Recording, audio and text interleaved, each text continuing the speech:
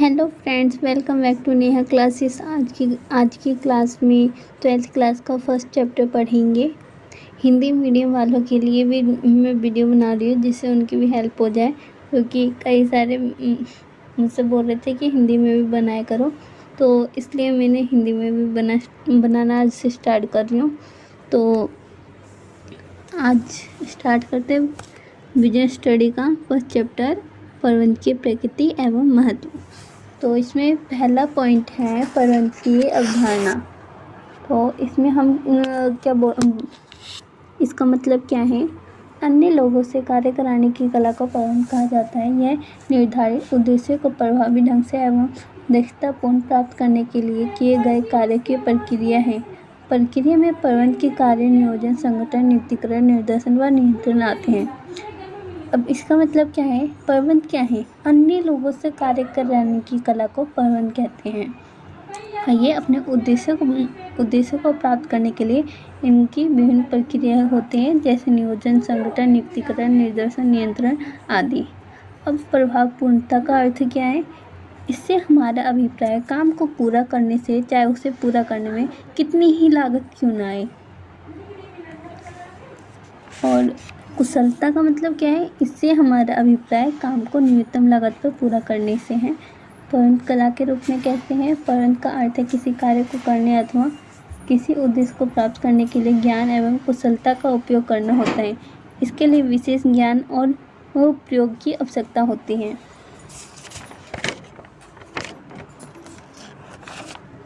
और फिर उसके बाद हमारे क्या है?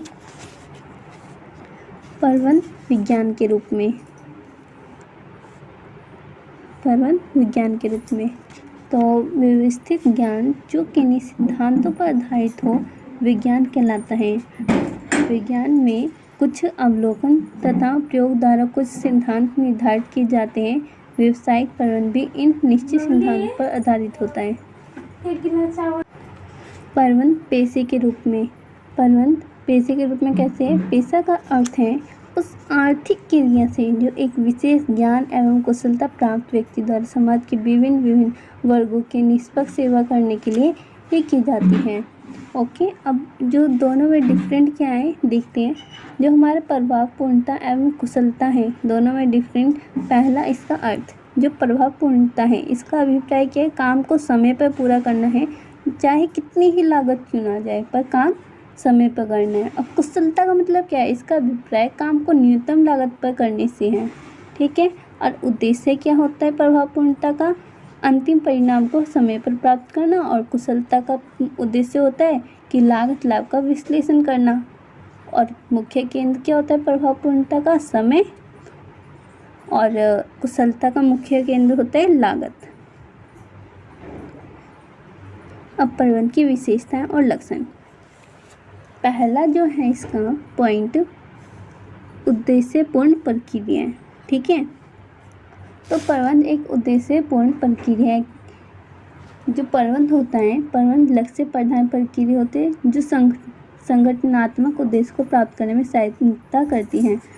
अब मान लो कोई भी काम कर रही है, ग्रुप एक्टिविटी है। अब उस लक्ष्य को निर्धारित करना है, तो वो तुम्हारा ही तो लक्ष्य नहीं होगा, वो पूरे ग्रुप का लक्ष्य होगा। तो इसलिए ये एक लक्ष्य उद्देश्यपूर्ण प्रक्रिया है, लक्ष्य प्रदान प्रक्रिया है जो संगठनात्मक उद्देश्य को प्राप्त करने में सहायता करती है। सर्वव्यापी प्रबंध सर्वव्यापक है जो सभी प्रकार के संगठन जैसे सामाजिक, आर्थिक, राजनीतिक आदि के लिए आवश्यक है। सर्वव्यापी का मतलब क्या होता है? हर जगह इसका उपयोग किया जाता है। इसका उपयोग, प्रबंध का उपयोग सामाजिक स्तर पे, आर्थिक स्तर पे, राजनीतिक स्तर पे सभी जगह आवश्यकता होती है।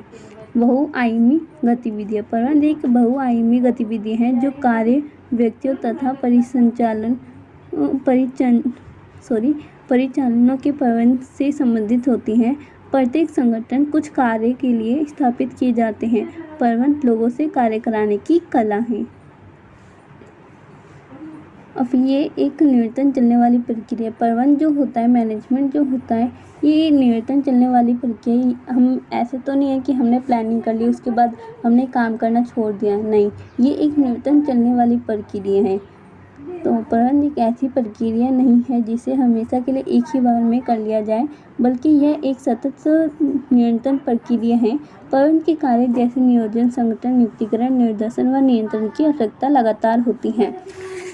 फिफ्थ पॉइंट है हमारा सामूहिक क्रिया। प्रबंध एक सामूहिक क्रिया है। ये एक संगठन में अनेक व्यक्ति संगठनात्मक लक्ष्य को प्राप्त करने के लिए कार्य करते हैं। कोई भी प्रबंध के निर्णय अकेले में नहीं लिए जा सकते।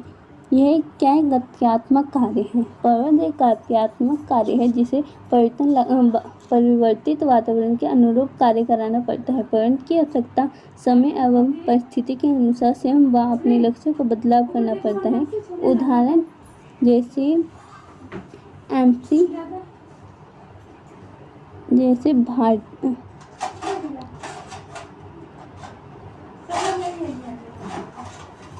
भारतीय लोगों की पसंद के अनुसार अपनी व्यंजन बनाती है, मेन्यू में कोई बदलाव किए। प्रबंध के उद्देश्य। प्रबंध के प्राथमिक उद्देश्य में क्या आता है? वस्तुओं व सेवाएं प्रदान करना, जैसे ग्राहकों को तुरंत, विश्वसनीय एवं प्रतिस्पर्धक वस्तुओं एवं सेवाएं प्रदान करना। दूसरा है सहायक उद्देश्य। प्राथमिक उद्देश्य को प्राप्त करने में सहायक होते हैं, जैसे लक्ष्य सहायक उद्देश्य के उदाहरण। तीसरा है व्यक्तिगत उद्देश्य। सदस्यों के निजी एवं व्यक्तिगत उद्देश्य। सामाजिक उद्देश्य समाज के प्रति लक्ष्य एवं दायित्व, जैसे रोजगार के अवसर उपलब्ध करवाना। प्रबंध के महत्व क्या है? सामूहिक लक्ष्य की प्राप्ति। प्रबंध समूह के कर्मचारियों में टीम भावना एवं समन्वय का निर्माण करता है, जिससे संस्थागत लक्ष्य की प्राप्ति की जा सकती है। जो प्रबंध का महत्व क्या है? ये सामूहिक लक्ष्य को प्राप्त करता है, जिससे कर्मचारी में समन्वय का निर्माण होता है। अगर समन्वय नहीं हुआ तो वो अपने लक्ष्य की प्राप्त नहीं कर पाते, क्योंकि उनका अलग अलग लक्ष्य हो जाता है। परंतु जब उनका एक लक्ष्य होता है तो उनके बीच में समन्वय का निर्माण होता है, जिससे संस्थागत लक्ष्य की प्राप्ति की जा सकती है। कार्य क्षमता में वृद्धि। प्रबंध कार्य क्षमता बढ़ाता है, जिसके माध्यम से संसाधन को उचित उपयोग संभव हो जाता है, जिससे लागत कम होती है तथा उत्पादकता बढ़ती है। गतिशील संगठन का निर्माण। प्रबंध परिवर्तन से होने वाले लाभों से कर्मचारियों को अवगत कराकर विरोध की समाप्त करते हैं। इस प्रकार संगठन पर्यावरण की चुनौती का सामना आसानी से कर सकता है। व्यक्तिगत उद्देश्य। प्रबंध व्यक्तिगत उद्देश्य को पाने में सहायता करता है। यह अभिप्रेरणा एवं नेतृत्व के माध्यम से कर्मचारियों के समूह भावना का विकास करता है तथा व्यक्तिगत लक्ष्य एवं संगठनात्मक लक्ष्य को तालमेल बिठाता है। समाज के विकास में सहायक है। कैसे? प्रबंध समाज के विकास में सहायक करता है। यह गुणात्मक माल एवं सेवाओं को प्रदान करके रोजगार के अवसर सृजित करके उत्पन्न की गई नई तकनीक बनाकर समाज के विकास के लिए कार्य करता है। प्रबंध का स्तर। प्रबंध के 3 स्तर होते हैं।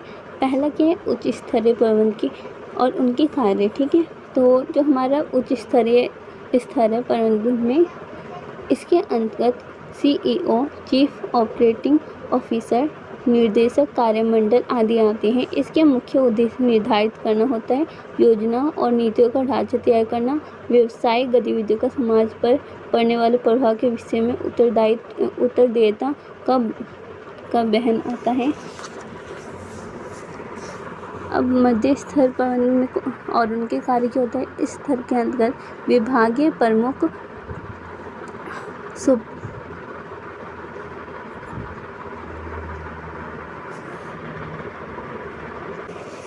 इसके अंतर्गत कार्य प्रबंधक, विक्रय प्रबंधक और विपणन प्रबंधक आते हैं।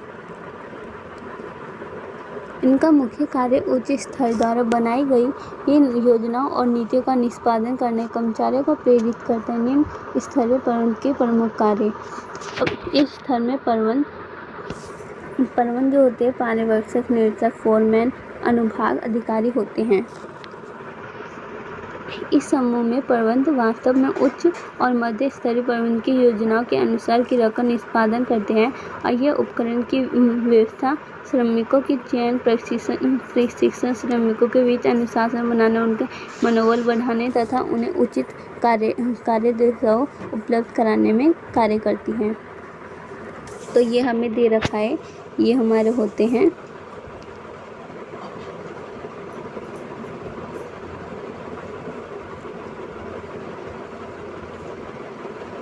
ओके।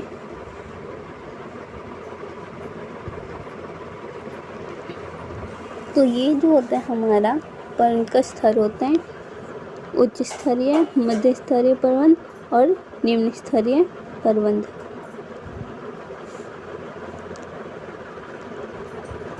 अब प्रबंध के कार्य क्या है? प्रबंध के कार्य नियोजन बनाना, क्या करना है, नियोजन का मतलब क्या होता है, क्या करना है, कैसे करना है और किसके द्वारा किया जाएगा, इसके बारे में पहले से निर्णय करना होता है। और संगठन, जब हम एक नियोजन बना लेते हैं कि हमें कब क्या कैसे करना है, तो हम एक संगठन बनाते हैं। इस संगठन का अभिप्राय सामूहिक उद्देश्य को प्राप्ति हेतु विभिन्न अंगों का मैत्रीपूर्ण संयोजन करने से है। नियुक्तिकरण, इसका अभिप्राय पदों को लोगों से भरना, उसे भरे रहने देने से है। निर्देशन, इसका अभिप्राय संगठन में मानव संसाधन को निर्देश देने, मार्गदर्शन करने, संदेश वहन करना व उसे अभिप्रेरित करने से है। नियंत्रण, इसका अभिप्राय वास्तविक परिणाम को इच्छित परिणाम से के समीप लाने से। पर्यवेक्षण, इसका अर्थ है अधीनस्थ के कार्य पर निगरानी रखना। पर्यवेक्षण यह सुनिश्चित करने के लिए आवश्यक है कि अधीनस्थ दिए गए निर्देश का पालन कर रहे हैं या नहीं। संप्रेषण, यह एक ऐसी प्रक्रिया है जिसके अंतर्गत सूचना एवं समझ को एक व्यक्ति से दूसरे व्यक्ति तक पहुंचाया जाता है। इसके लिए ये किए गए आवश्यक है कि प्रबंध प्रभावशाली संदेशवाहक प्रणाली विकसित करे। नेतृत्व यह प्रक्रिया है जिसके द्वारा प्रबंध अपने अधीनस्थों के व्यवहार को निर्देशित एवं प्रभावित करती है। प्रबंध अपने व्यवहार कुशलता से ही संगठन के उद्देश्य की प्राप्ति के लिए अपने अधीनस्थ के निर्देशित सहयोग प्राप्त करने में सफल होती है। अभिप्रेरणा का मतलब क्या है? मोटिवेट करना। अभिप्रेरणा का अभिप्राय अधीनस्थ को प्रेरित करने से है ताकि वो संस्था के उद्देश्य को प्राप्त करने में उत्साहपूर्वक कार्य करें। समन्वय किसी उपकरण द्वारा निर्धारित लक्ष्य को प्राप्ति करने के लिए किए जाने वाले विभिन्न क्रियाओं के सामंजस्य एवं एकता स्थापित करने की प्रक्रिया है। यह प्रबंध का कार्य मात्र नहीं अपितु सार भी है। समन्वय की प्रकृति एवं विशेषताएं। समन्वय सामूहिक प्रयासों को एकत्रित रखता है। समन्वय विभिन्न व्यावसायिक गतिविधियों में एकता लाकर उसे उद्देश्यपूर्ण गतिविधि के रूप में समान लक्ष्य की ओर अग्रसर करता है। प्रयासों की एकतागत को सुनिश्चित करता है। समन्वय व्यक्तियों के प्रयासों में एकता लाता है तथा विभिन्न विभागों को जोड़ने की शक्ति का कार्य करता है। समन्वय एक सतत प्रक्रिया है। यह एक सतत प्रक्रिया है जो निरंतर चलने वाली प्रक्रिया है। सभी प्रबंधकों का उत्तरदायित्व है। ठीक है। समन्वय प्रत्येक प्रबंध का कार्य है। सभी स्तर में प्रबंध का समन्वय कार्य कराना पड़ता है। एक व्यापक कार्य है। विभिन्न विभागों की क्रियाएं प्रकृति से एक दूसरे पर निर्भर करती है, इसलिए समन्वय की आवश्यकता प्रबंध के सभी स्तर पर होती है। ये एक ऐच्छिक कार्य है। एक संगठन में सदस्य सर्वेक्षण से एक दूसरे से सहयोग करता है, जबकि समन्वय प्रबंधकों की ओर से किए जाने वाले प्रयास को समाहित करता है। अतः ये सोचा समझा कार्य है।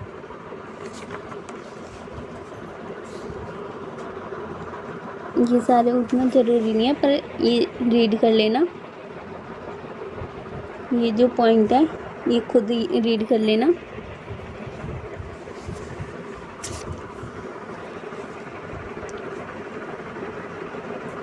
इसे समन्वय में है कि तालमेल बिठाकर जो हम कार्य करते हैं, चाहे वो नियोजन बनाते टाइम करें या हम संगठन में करें या किसी भी कार्य को करने से पहले हम समन्वय बनाए रखना हमारे बहुत ज़रूरी होता है। ये जो होता है सभी स्तर पे ज़रूरत होता है। तो बस इसमें इतना ही है। Okay, thanks watch my video and share this video and Telegram join कर लेना, मैं लिंक प्रोवाइड कर दूँगी।